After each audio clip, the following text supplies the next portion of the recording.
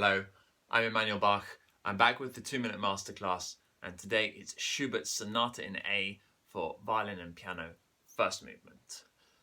What I think is fantastic about this first movement is that it shows a romanticism in spirit, despite Schubert's apparent classical form and appearances, which shows us a mature Schubert and someone already thinking in terms of developing this voice and expression for music, and that's really, really vital in terms of what we have to understand as performers. In the opening phrase, I actually suggest starting with an up bow, as it makes some of the natural bowings and high points and shapings of the phrase work out better. So starting like this.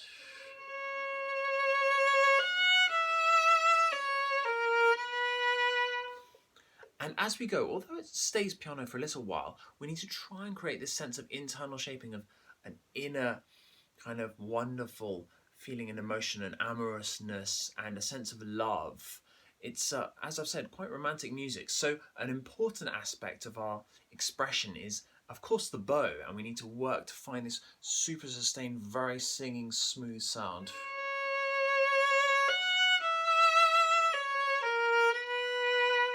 Like the bow basically never ends, a never-ending bow without changes. But also we need to think about the vibrato. I think the most important aspect, whatever speed of vibrato one actually chooses, is finding this pearly kind of evenness. It gives this pearly sheen to the sound, and that's very, very important.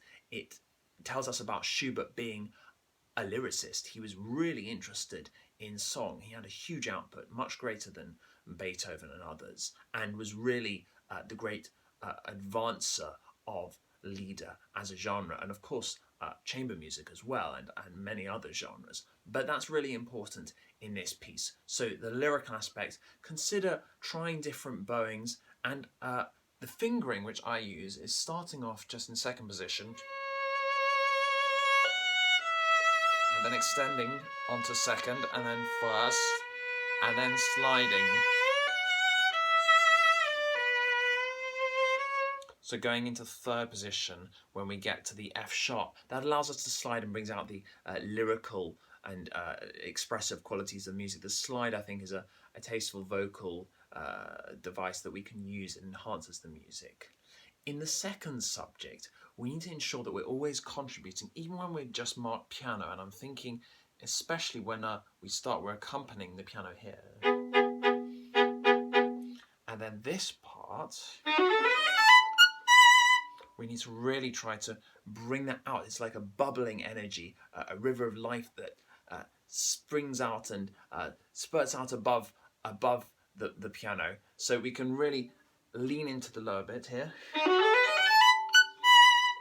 And the accent is full of life. We don't want it to stand out, I think, too much. It's not a kind of sforzando, and it's a very important nuance to bear in mind. But we can allow a different element of playfulness and perhaps bring out that accent more depending on our individual tastes.